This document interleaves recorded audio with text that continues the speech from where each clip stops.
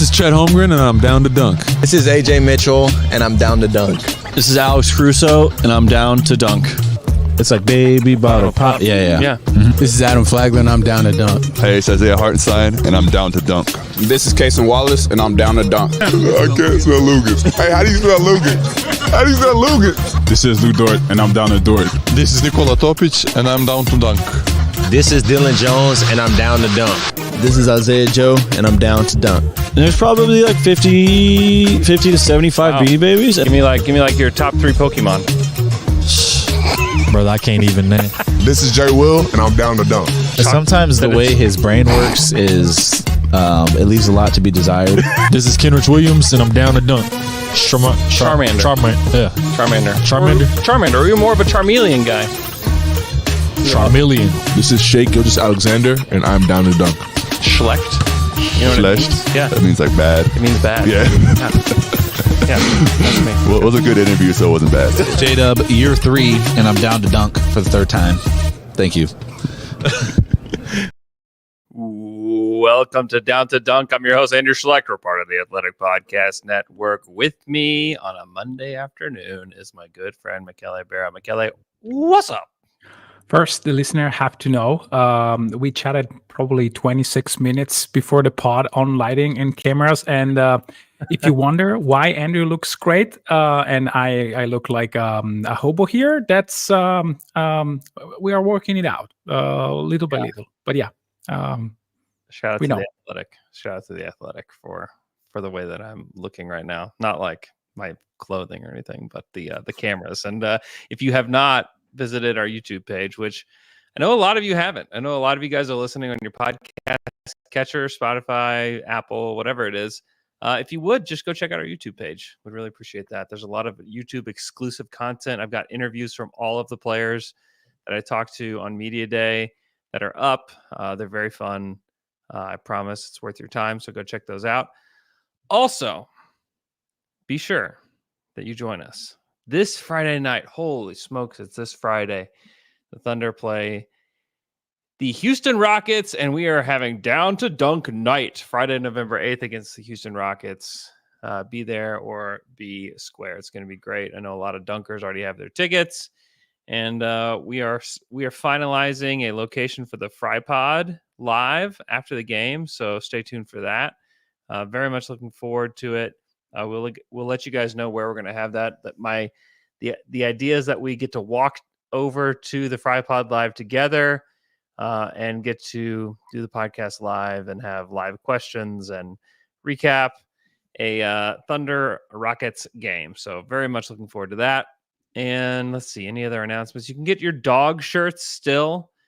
If you're still wanting a dog shirt, you haven't gotten one, you can go to our site and you can still get those. I think those are the link is in our bio on the Down to Dunk Twitter page. So lots of those still available if you want one. I've seen them a ton at games, which has been. Is it the best shirt ever that Down to Dunk made?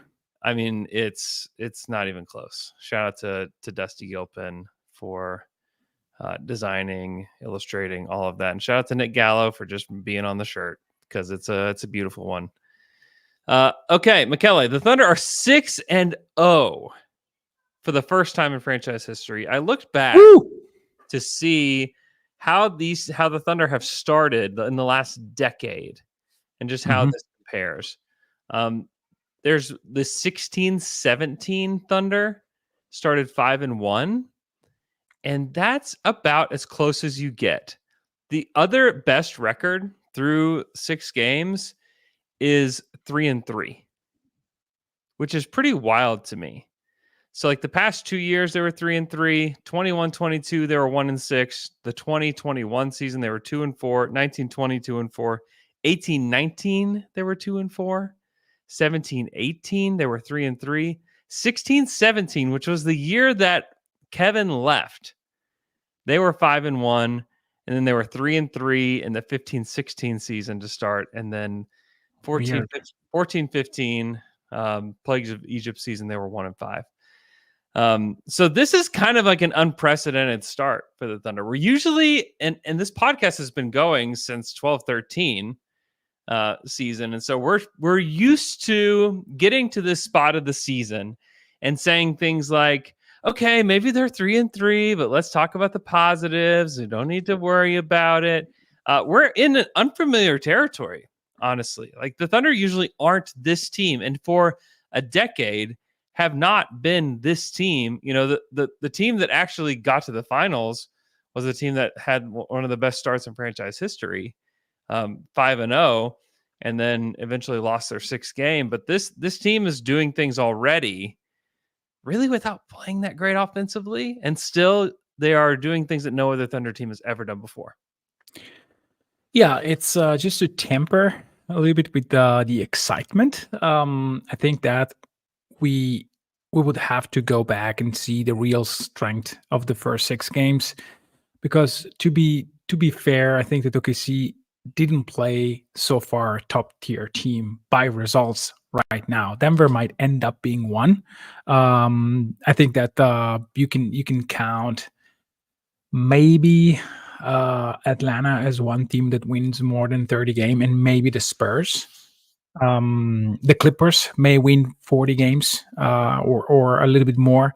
So I would say one team that may be a top 8 team on the West, another team that may be a top 10, and then probably either bad teams or teams that are going to be in the lottery. So it's not a great crop of opponents. It is a great crop of condensed schedule, though, because they had three spans of three games in 4 nights, which counts in the NBA. I mean, it's not easy to play 3 games in 4 nights.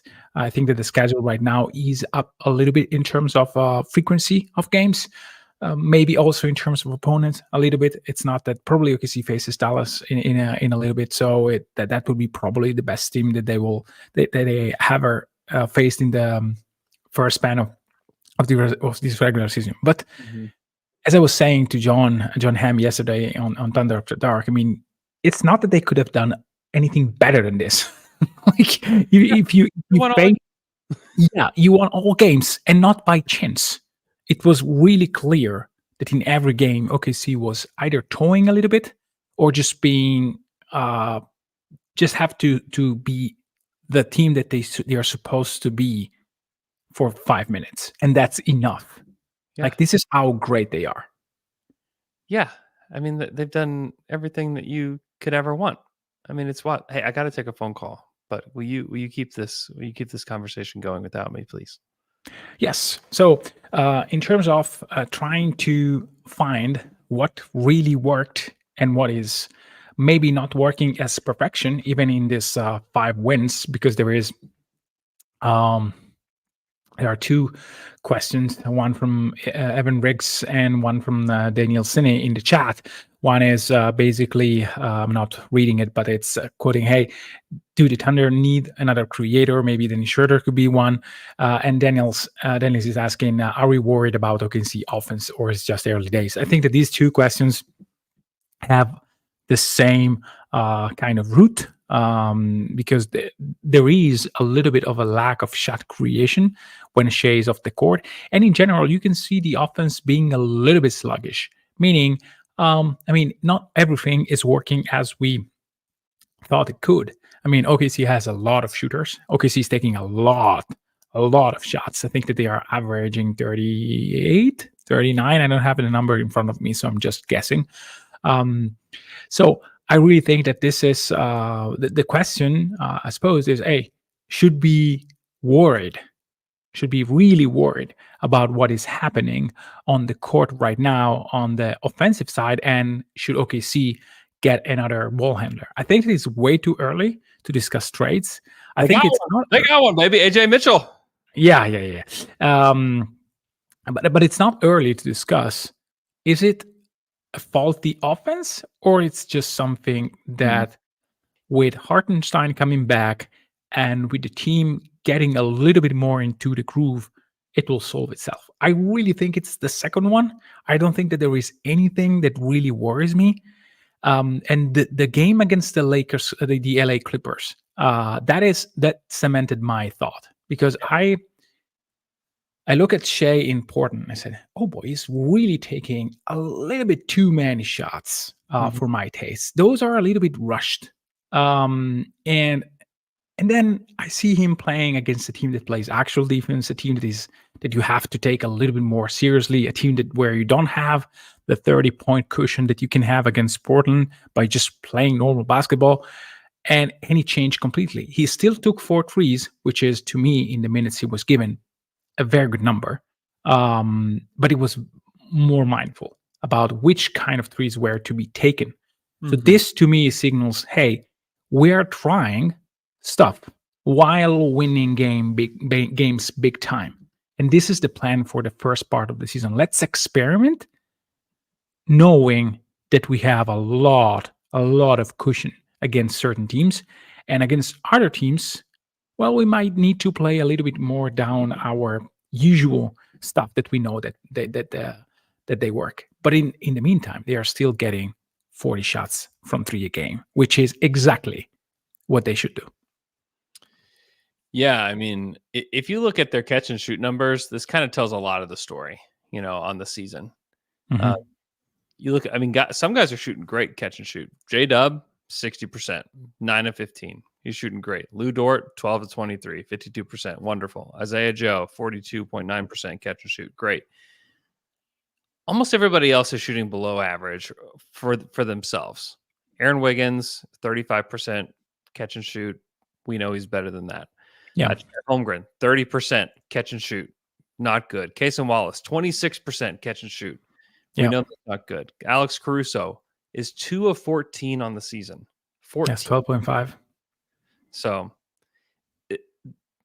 listen, here's the deal. It's so easy to look at this 6-game stretch and put a lot of it under the microscope, it's because that's all we have.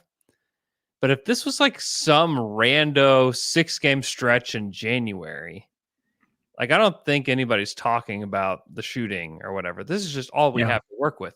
But we also have to know that we have this whole other body of work to look at from most of these guys that says something different about the way that they're operating as catch and shoot players.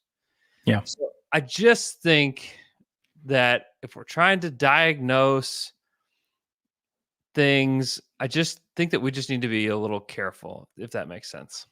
Oh yeah. We can look at early tendencies and try to infer, does that concern me? And I don't think that this is concerning me to any degree.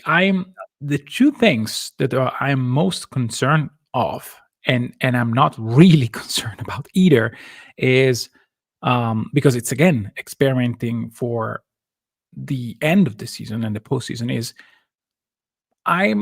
Chet seems a little bit off with his dribble.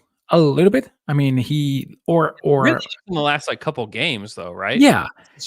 And the exactly. First games, it was like, whoa, this looks really good. Yeah, exactly. It's more on the weird side than the being concerned of. And in the weird side, again, not really concerned about this because I saw Jada being extremely efficient at the rim. Is that he's really inefficient at the rim right now. It's weird more so than concerning because I see him doing all the right things. I see him getting deep into the lane, getting his floaters, his touch shots, and those are rimming off. So those are the 2 things that makes me a little bit more curious and maybe a tad worried. But again, it's early. Any player can get into any stretch of bad percentage. Cason Wallace. Cason made probably 4 or 5 extremely hard shots that screams, hey, this is a pure shooter and he's not shooting well from 3. Should we be worried? No, because I see him evolving in the kind of 3 that he's taking. That is amazing to me, how quickly he's evolving on offense. Not just a shooter, but also hey, I'm driving. There is Zubats there. I will take the shot anyway with confidence. He did it against Wembanyama. He's not afraid of anything right now, which is such a great news. So I do think that the fact that OKC can really, again, I'm repeating myself, experimenting this much while winning in double figures every single time. It's it's a nice sign of things progressing. Yeah. I mean, this team has like the mark of like a really special team in that there is like a switch that exists with them that they just flip it. And a lot of it is defensively, and a lot of it is that their defense is igniting their offense. And really, they just need like these 4 or 5 minute stretches where they just completely shut the other team down, and then things are just clicking on the other end. And we saw that against the Clippers. I mean, it was not pretty for a while against the Clippers in the first half. And then they started to figure things out. And then they had this stretch where it was just suddenly the game was over. And it was, I mean, I know there were probably people that went to bed at halftime of that game just because it was a late tip here Central Time. And, you know, people have stuff to do on Sundays. And so I think a lot of people went to bed thinking, all right, it's probably our first loss of the season. Probably not going to get the franchise record for, you know, start for a season, you know, but that's okay. Like you can, I mean, it's just, you know, it's the NBA. It's just one. Yeah, it's a schedule loss, second night of a back-to-back, late travel. 3 games in 4 nights. Fine. You know, like you stomach those. If you're an NBA fan, you stomach those every year. Like that's just a part of it. And, you know, they went, you know, into the locker room, you know, down, and it was wild the second half that they had. You know, it was 57-53 at half. And in the second half, the Thunder held a team that just hung 57 points on them in the same amount of time, mind you. They held them to 35 points in the second half total. And the Thunder outscored them 52-35 in the second half. And Chet, while he didn't score, Chet was a monster on the boards. He was incredible around the rim, and he had 4 assists in the second half. He was facilitating. He was locking down Zubats. I mean, Zubats has had a great start to his season. I mean, 19 points. Yeah, I got him in the last round of my fantasy draft, and I was super happy about that. Yeah. But Zubats has been just destroying people so far this season. I mean, you look at what he did to Denver, 24-15, 4 assists and a block. What he did to Golden State, 23-18, 6 assists, 2 steals and a block. What happened against the Thunder? 9 points, 12 boards, a steal and a block. No assists, could not score, 4 of 10. I mean, he was bad against Oklahoma City, and this was against Wow, something happened here. Probably Andrew not. I got too excited about Zubats. Yeah, exactly. I mean, I was saying, like, you are not allowed to be that excited about the center. This is the network just shutting you down. Just for the guys who are listening, Andrew immediately, as soon as he started like doing this rambling about Zubats, the connection completely stopped. I wasn't left alone. Yeah, it was not allowed. But that Chet and the small ball Thunder. Yeah, we dub as the guy who takes the toughest assignment. Yeah. Most of the time. Yeah, it is impressive. And this isn't even the team. When we talk about, you know, I titled this pod like the best Thunder team ever. We haven't even seen them yet. This is just like basically when I would talk about if this team did nothing and came into this next season, they would still be improved. Basically, this is that. You know, we have the Caruso for Giddey swap, which Caruso hasn't even played well yet. He's shooting actually worse from 3 than Josh Giddey has so far this season. Yeah. So this is kind of mirrors what we would see from the Thunder team if they just well, Andrew. No, I no. The way in which he changes everything defensively is a huge part of what they're doing. It's true. Caruso is basically having a joypad or whatever, a pad that we used to play with how does it call? A controller, sorry, a remote controller. And he just basically pushing button and generating steals for him or for others. It's insane. I am expecting, I can predict when a steal is going to happen. As soon as I see him moving, it's like, whoop, that's gone. And it's insane. And this is the exciting part. Like Caruso is playing very poorly efficiency-wise on offense, because I think that movement-wise and passing, it's all fine. And this team doesn't need him to be even an average version of himself to be great. And there is I want to attach the Caruso thing to Lou Dort, because I think that I have been one of the most skeptical about Lou Dort, and skeptical being a word that is probably not enough. And the main points were efficiency, and I think a steady decline in defensive efficiency. I was that wrong. But this version of Lou Dort, we have never seen him defensively, which is insane to me.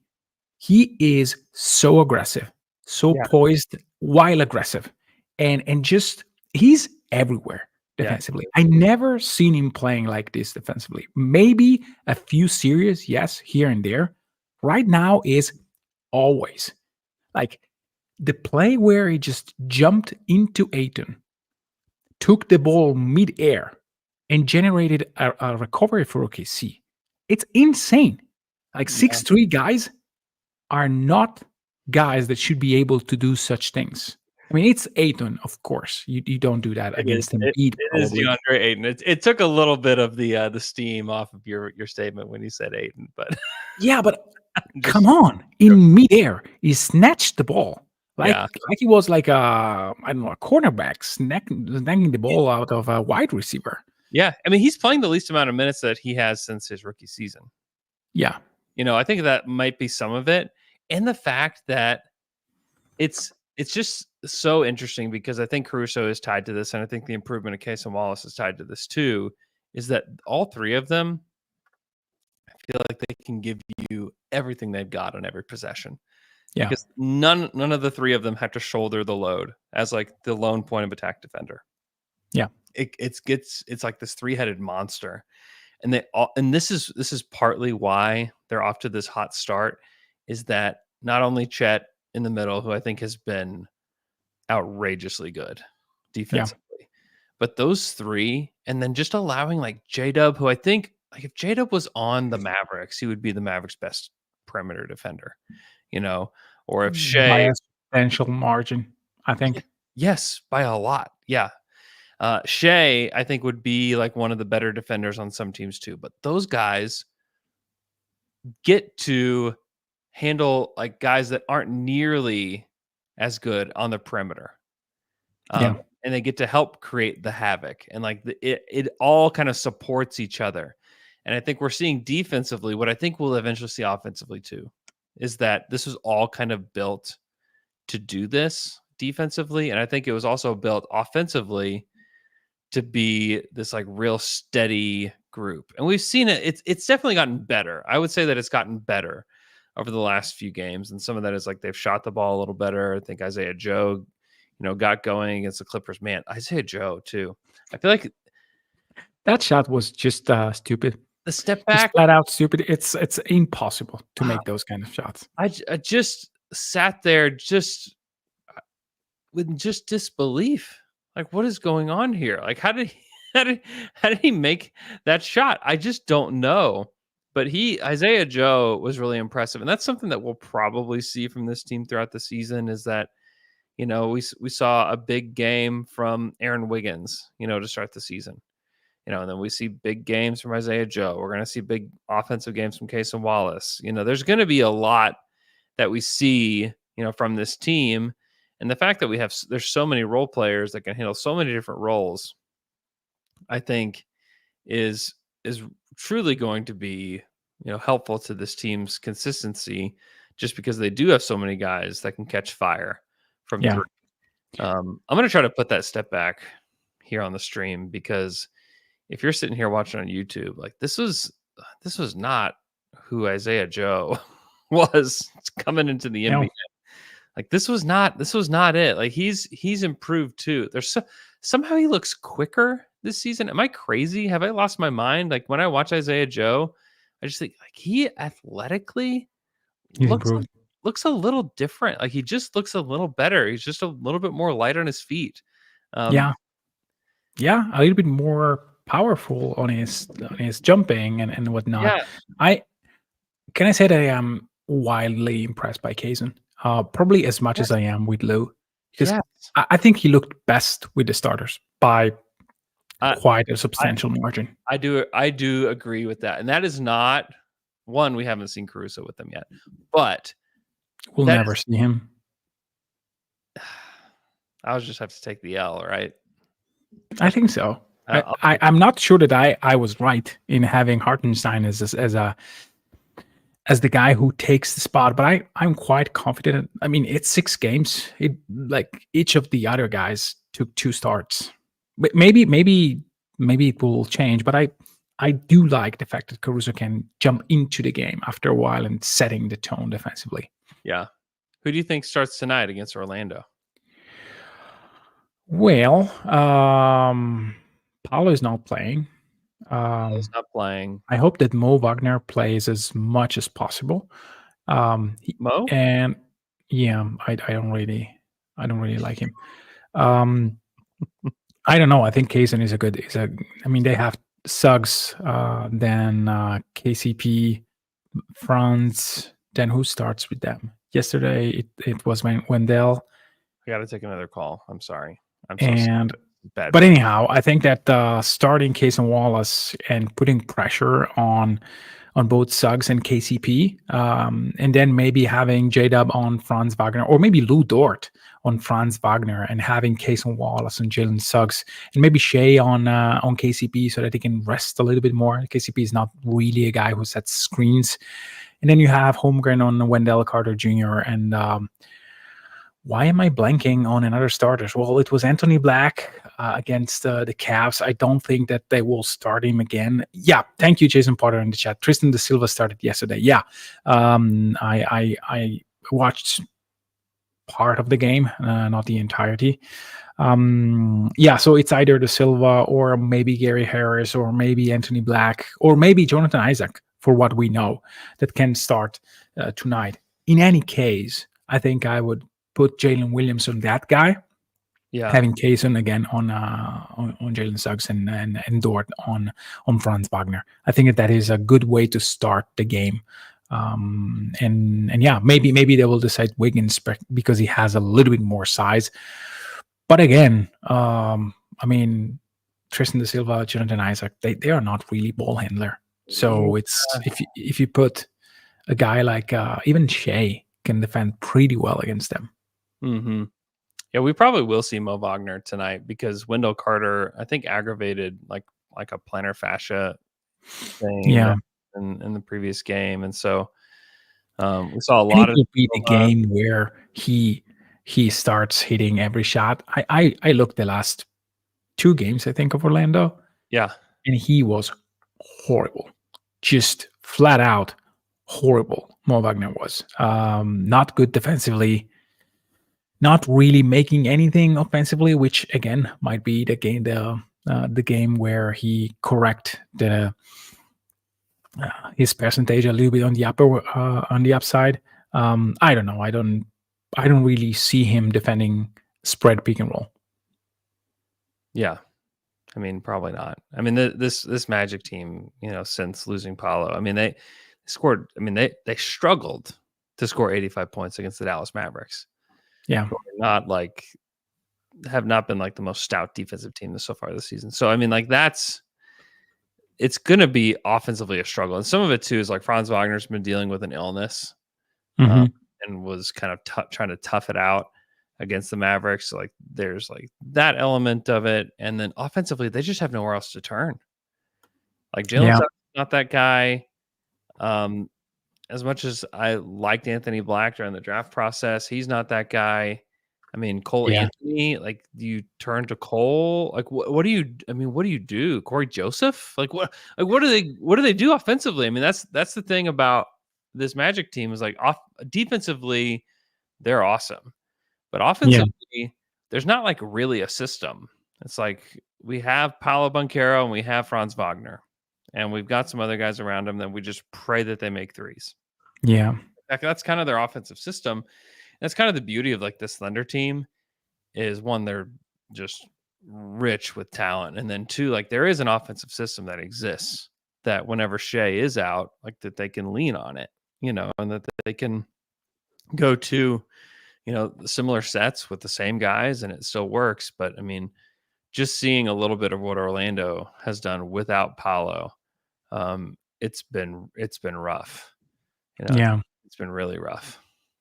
And again, if you have a defender that can really interfere with Franz Wagner ball handling, which I think OKC has multiple guys. They have Caruso, they have Dort. Dort is used to play tough with bigger wings. J-Dub, you can put J-Dub on him. And probably also Kayson Wallace. Maybe Kayson is a little bit more tuned in defending a guy like Suggs, for example. Mm-hmm.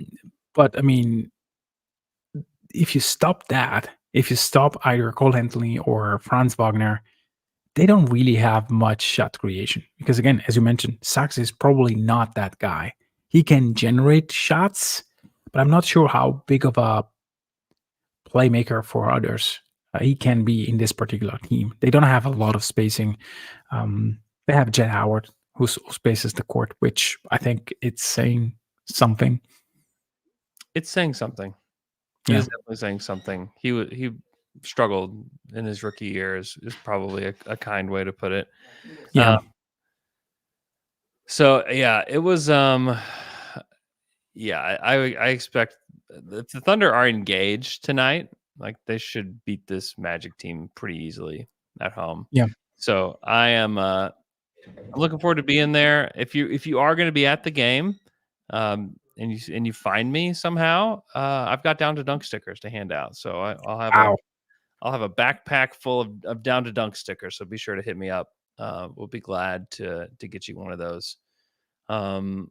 Let's see. Let's take a quick break. When we come back, let's take a look at some more numbers and the upcoming schedule for the Thunder.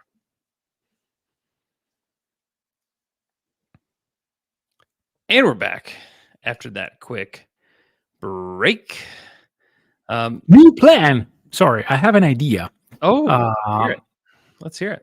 I want to redraft the Kayson Wallace draft and see where he is in our brains right now. Okay. It's just to how bad, how great, how mediocre we did in that draft. We as the front officers of OKC, which is clearly not us. But anyhow, I thought it could have been interesting to at least review quickly. Yeah. How many players today we would say confidently, hey, I would really draft Kayson before that guy. Yeah. After that guy. Yeah. So I mean, do we want to go back and forth, or we just want to talk? We just want to talk about it. No, we can go back and forth. Okay. I'll go first. Number 1, Victor Wembanyama. Pretty easy. Yeah, I think I would go Brandon Miller next. Yeah, that makes sense. Brandon Miller has been really good. Yeah, it gets a little murky faster than you think. That's the point. That's how murky, and how are we willing to wait? Yeah, number 3, I would probably, and some of this is recency bias with what we've seen so far this season, is I would go Bilal Coulibaly next. Interesting. I mean, 6'8", long arms. He's like starting to put it together offensively and defensively. I think that he is probably the best, 6'8" defender in this class so far. And he's super young still. That looks like a great pick right now for the Wizards. Yeah. I would skip the Thompson brothers. I would also skip Scoot Anderson. I am not really convinced. It's not. Well, they're not either. The people. No Jarvis Walker either. No Hendricks. No Jet Howard. I'm torn between 4 guys. Derek Lively, Kayson Wallace, Grady Dick, and probably we could put also Keontae George. Even if Keontae George, I'm not sold on him being anything good on a good team. I would put Pajemski here. Pajemski, yes. That's who I would like put with this group. I'm trying to see if there's like anybody second round that we overlooking. Like, I'm not a Gigi Jackson guy. I mean, he was really good a lost season for the Grizzlies, but are you enamored with Ruyan Rupert after what he did against the Thunder? No, but that was quite impressive. Yeah, he looked good for some stretches within there. I really think that's about it. And not a Keontae Johnson guy. Keontae, no. Not a Nick Smith Jr. guy. Gosh, no, couldn't be less of a Nick. I mean, Cam Whitmore. People still talk glowingly about Cam Whitmore. I've never really been a Whitmore guy. We're not touching anything that has a Houston jersey on. Jaime Jaquez. Yeah, Jaime Jaquez. Yes, in that group as well. But I would go Derek Lively here. Yeah. I mean, just the size, the rebounding, the shot blocking, the passing. Yeah. You could definitely make the argument there for Derek Lively. Grady Dick has had a really nice start. And he's big and he can score and it's not just the 3 ball with Grady. Like he's like starting to figure it out a little bit. He is on a bad Raptors team. Yeah. Where the statement somebody has to score the points is coming into play here. Yeah, but doing it efficiently, that is not. And at 6'8" on the wing, like there's not a lot of 6'8" just like pure shooter scores out there. So I really like that. I think Pajemski is really good. Yeah.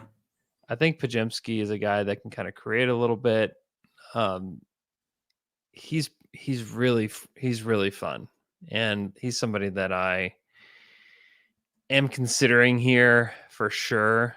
With the number 5 pick, Andrew Schlecht, which means bad. Selects. Which means bad. Oh, man. I think I would take Cason Wallace here, honestly, though. Like, wow. I think when you look at players that you would want playing in the playoffs, I don't think Grady is somebody defensively that you would want in the playoffs because he would get targeted like crazy. Yeah. Agree. Jaime Jaquez has dealt with injury stuff, and I just feel like he's a bit of a tweener for them. Yeah. At 6'7". He's not quite as big as you want him to be. Yeah, and he's very specific in a certain role. I think I struggle a lot with Miami's guys where I think that they work perfectly in a system. I really wonder if they look different in any other system that doesn't really maximize them with movement, with cuts, turns, screens, trees, stuff like that. But even I think that the exercise may be over with Kazan the 5. I think that the range that I had in mind was 4 to 8. Yeah, something like that. Yeah, I think 4 to 8 is totally fair. I think that's where he probably is. I mean, I could hear an argument for Pajemski here. Again, like playoff wise, I would much rather have Kaysen's defense in the playoffs just because it's really, really important, especially when you are not necessarily out there for your offensive production because you have other guys that are going to handle that. Now, like, can you hold up defensively? That'd be the question I would have, and I just don't know that Pajemski can do that. And so I like offensive game is way better than Kaysen's. But defensively, especially when you have like your big 3 already, like Pajemski likes to handle. Pajemski likes to kind of be a guy that is a big part of what you're doing offensively, which has really turned out well for them so far in Golden State for him. But I think if you flipped him to Oklahoma City, I think he would be able to do a lot for the Thunder. But I just don't know that he can have like the size of the role that he has offensively that he has, especially now with, Steph Curry out. But isn't it a little bit off this guy at this point? Like I want a guy that can do 3-and-D plus, and that's not really what Pajemski is. Yeah, I wonder if it's a little bit of the Trey Mann conundrum where you can see how he can be dangerous with the ball. And he's doing that in Charlotte. I'm so happy for him. Charlotte is the team that I'm watching the most because I'm really attached to Draymond and I love seeing play. But it's not going to work in OKC. And this is why I think 4-8 is something that we can bank on by what we saw in OKC, and it's not nearly what it can be elsewhere or what it can be maybe in a year or two. So I really think that we have seen stuff from him this year with the ball in his hands, attacking straight up or just taking quick shots that were not there consistently last year. And it seems that he will build slowly but surely every single year something more. So I really think this was an exercise just to understand, hey, where is Kaysen in terms of his draft class? And I think that the thing that we know for certain in Kaysen Wallace already putting him in a very, very good tier in this draft. So, and I think that for the Thunder specifically, we could do a ranking for the Thunder specifically. I think that clearly Bilal could have been someone that with a little bit more time may be good. Wemby, of course. Brandon Miller, of course, because of the shooting. You'll just take the talent. You'll just take the talent. But Lively, it's already a little bit sketchy because it's not exactly what they want to do. Grady Dick, it may be handy for the shooting, but it's not really how they want to play. Yeah, definitely not. Potemski, we just discussed it. It may be, but also, so for the Thunder specifically, I don't think that he is outside the top 5 of the prospects that they can get in this draft. And it's great that they were able to get him at 10. Again, it's way too early, but again, I'm kind of in with what Kaysen Wallace showed us this early in the season. Yeah, me too. I think that there's been a lot of young guys that have shown a lot, so far this season, including AJ Mitchell, who just continues to just play. Yeah, he plays, and he looks good. And also Ousmane Dieng, who makes threes. He takes and makes. That one in the corner when it was just kind of like a lost play, and Shea was just kind of fumbling the ball, and it kind of just flipped it to Us in the corner. Yeah, that was really something. I don't know. I feel like defensively, Us has been good. Straight up has been good. He's been helpful to them. I have been very impressed with what he's been able to do, and we'll see what happens when the Thunder are healthy again. But man, even with Kenrich coming back, I'm I don't know. I'd kind of like to see what Us can do. I'd like to just see more. I want to continue for them to try to figure out what this guy is. And, that's been impressive. And it's kind of cool because this team has been able to win comfortably against these teams. We talked about the level of competition, but they've won so comfortably against all these teams. And yet they've still experimented with their rotations. They're still experimenting with style of play. And they can kind of feel things out a little bit while still dominating, which is the exact situation that you want. And it's hard to win at this clip and be a place of development still. And the Thunder are threading that needle somehow. It is so difficult to do that and to become that kind of team. But they're somehow doing that, playing super young guys at the end of this roster with little experience. And they're still weaving them into the roster and finding ways for them to be productive and finding ways to develop them in ways that make sense, not only for the team, but for them as a player. It's been really impressive to see so far because, I don't think that we expected 6-0. I think as homers, yeah, of course, that'd be great. 6-0. I can see how they get there. But the fact that they've done it with the injuries from the big position that they've had, and then playing consistently giving minutes to AJ Mitchell. Dylan Jones played an early stretch against the Blazers, which it's fun to see him out there. But AJ 5,004 minutes. Listen, I'm fine. I like him. I still like the assertiveness that he has. He's gonna have to hone that. But AJ, it's funny because we watch these games and it's with Shai Gilgeous-Alexander Jalen Williams, Chet Holmgren, Casey Wallace was a lottery pick, all these guys. And like, I can't help but be drawn to AJ Mitchell. Like, I just can't help it because one, he's new. It's like the shiny new object. Like, this is amazing. But also you're just like, wait, like this guy can play. Like, I just feel like every time I see him out there, he's making an impact defensively, which I did not expect.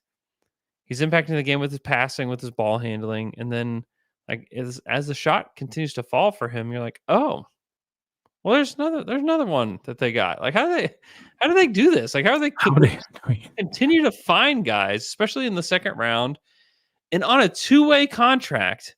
I mean, you look at this roster and everything we talked about all summer long, all preseason, was about like how deep this roster is, and yet they have found a slot for a two-way guard to come in. I think we all kind of thought like Dylan Jones, like he's got the standard contract, he's more versatile. I mean, but like they found a slot for him, and he is contributing in a way that is helpful. Like I don't know, and maybe like my obsession with AJ Mitchell, just like I can't like stop. Like I just think like this guy he's helpful, and I think he's a player and is going to play in this league. I don't know. I'm surprised. Now, there's like a caveat to all of this with young players at the beginning of the season. It's like there's no scouting report. Yeah. Like it doesn't exist. And over the course of the next few weeks, it's going to exist, and we're going to see how he reacts to that.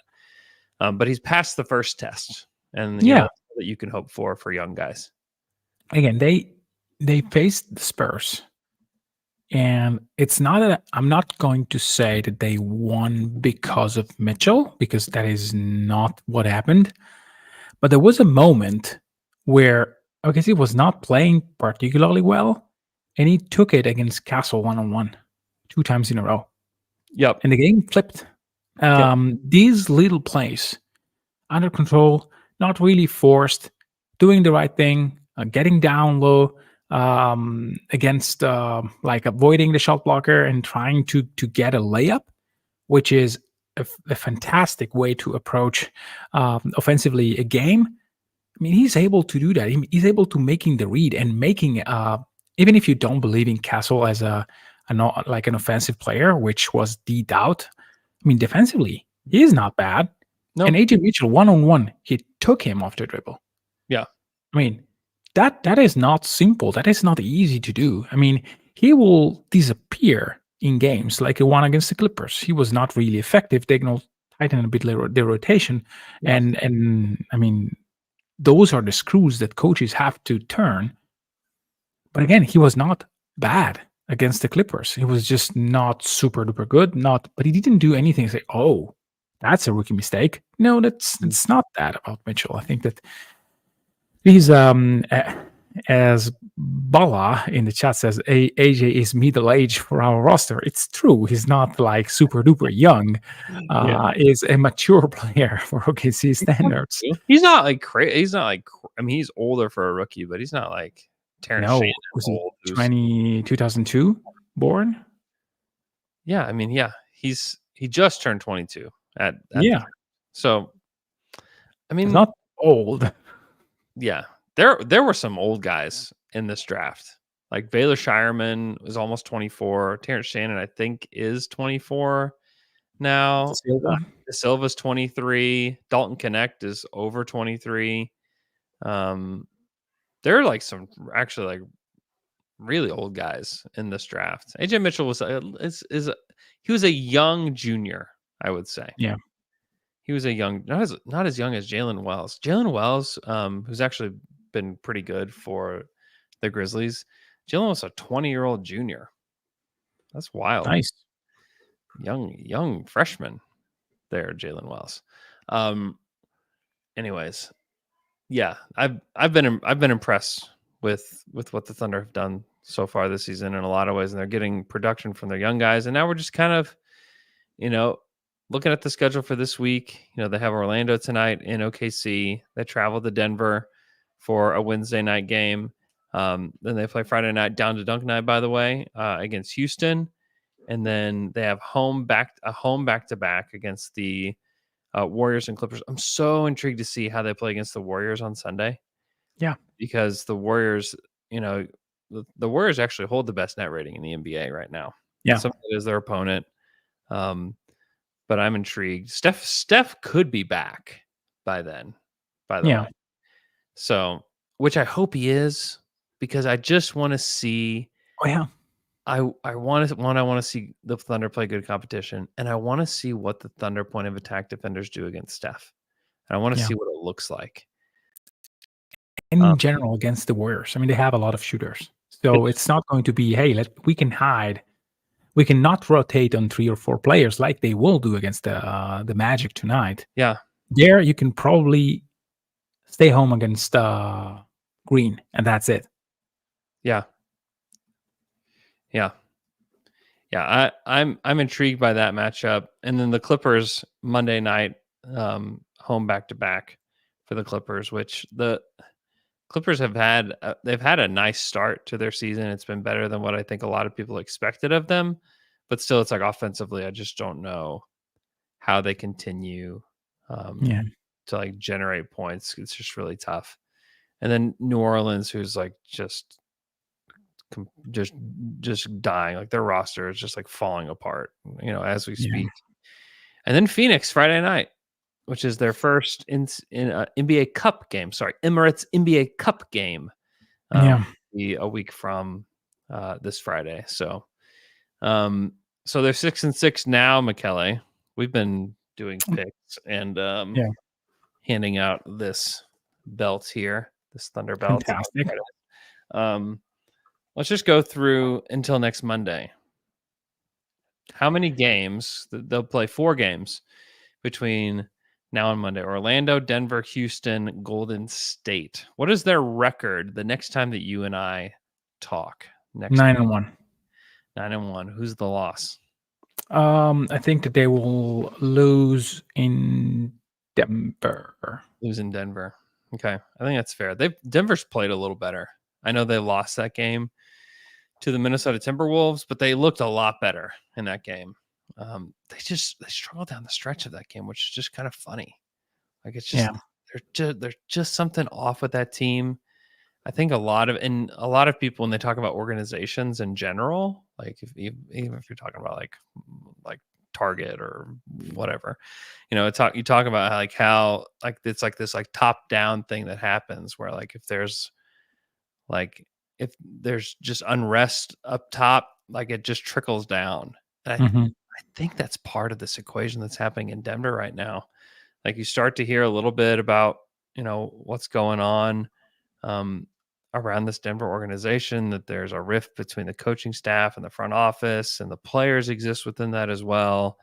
They clearly have not hit on any of these young guys. The Russell Westbrook experiment, which is honestly not an experiment anymore.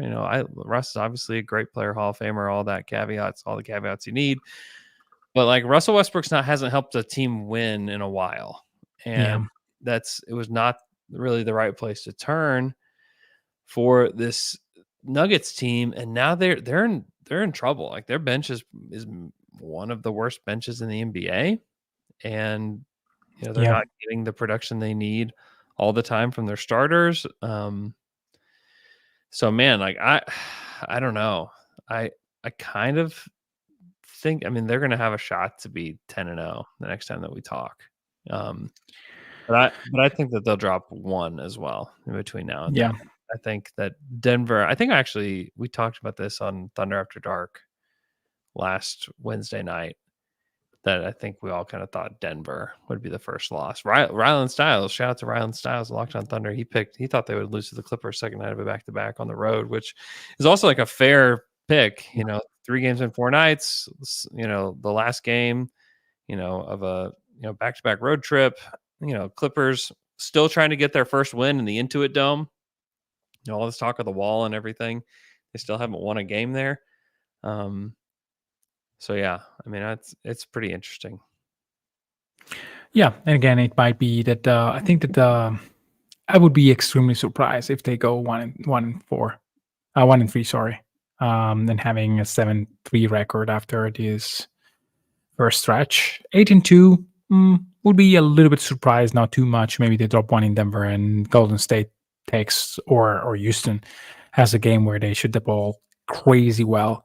That can happen. So I'm torn between 9-1 and 8-2 as a record, which is extremely good if you're, and it's again, Houston, Golden State, and the Clippers will be again 3 games in 4 nights, which is again, it's a pretty condensed part of the schedule right now.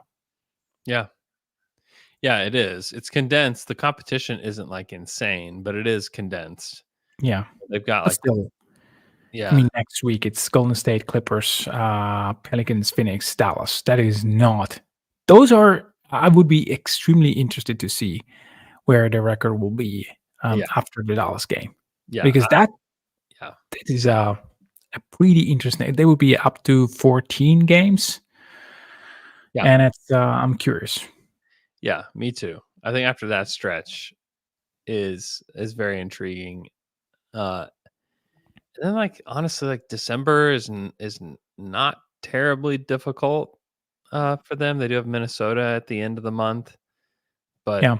you know, I'm intrigued to see how they look in December. Like January is there's some tough stretches in January. They have a Clippers, Knicks back to back, 3 games in 4 nights. The end of that one, they have Boston, at home on a Sunday. Which is interesting. And then Cleveland. And Cleveland and then New York again. Yeah. The first 2 weeks of January are going to be like a real test. And I think it's Hartenstein should be back by then. I think the hope is that they're healthy by then. And like that, those 2 weeks are going to be really fun to see. Like, okay, what do they do? Like how do they look over the course of these next 2 weeks? And if they can just be above 500 in that stretch, I think that you're feeling really good. And if you can do more than that, then wow. Yeah. Which I think they could. I think this team like genuinely has a chance to be like a very, very special team. And just to remind you, if you need reminded, this is just the beginning of this run for the Thunder. Like this It's is year one of being a contender for real. Yeah, this is year one of that in a multi-year thing. There's different narratives being written. I was on the radio the other day on NBA radio, and somebody was like, "No, do you think this is just going to be like a 2-year run for the Thunder?" I was like, "Whoa, like Already?" No. Yeah. And I was like, "No, I don't. I think that if the Thunder have, and a lot of this, like, I mean, obviously you're going to give the max to Chet and J-Dub, like that's easy, and like you need Shea to accept his max extension as well, But if you can get all of that done, like we're talking like minimum like another like 5-year run here, with this squad, and like just think like we haven't there are still some high level picks out there the Thunder possess that could pan out. There are still trades to be made. There's still a lot of things to happen with this team, and also more important, like drafting Cooper Flag next year. Listen, it can happen. It can certainly happen. They can be lucky. More important than anything that we've said to this point, and what has shown to be the most important thing with this team is like there's still development to be had within this roster that they have. And I think the most important things that will happen is the chemistry that continues to develop, despite what idiots like Draymond Green think. Like, who cares? Like, honestly, like I don't even really want to give real commentary on it because one, I haven't talked about anything he said ever. So why would I care now? And two, it was idiotic. So like, don't. If you're a Thunder fan, like just don't even give it any of your thoughts. So chemistry and then just like overall development. Yeah. I think that Chet and J-Dub, along with Shea, are going to be like 3 of the best 15 to 20 players in the NBA here in the next like 3 or 4 years. I genuinely believe that. And if that it can be earlier than that. It could be earlier than that, yes. And if that statement is true, and they are able to have these overlapping primes, that last for 4, 5, 6 years together, I truly believe that something special is happening here, and that this is the best Thunder team ever with regards to talent, fit, chemistry, and this overall timing of everything that's happening. And then you couple that with one of the best owners in professional sports in Clay Bennett, and then one of the best general managers and president of basketball ops in the game, and Sam Presti. Like, I believe there's like so many special things happening within this organization that it's undeniable. It's undeniable. Yeah, we tend to discuss general managers and coaches not in the same framework as players. I didn't even mention the coach. Didn't even mention. Yeah. But I'm sure. I mean, I interrupted you. But I think that we always think, hey, in 3-4 years, Shea will be better. I think that we have to realize how much Sam Presti is improved as a general manager. Totally. I mean, yes, he had a knack for talent. He always had that. That is undeniable. He is a black belt in drafting talent, picking talent. Even the guys that not worked out completely, you could see talent. And possibilities with those guys. Yeah. There are very few blatant misses, which are there, but it's the hit rate that is important.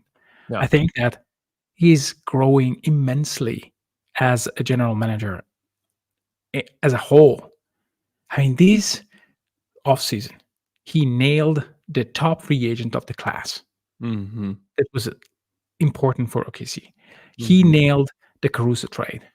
He nailed the draft.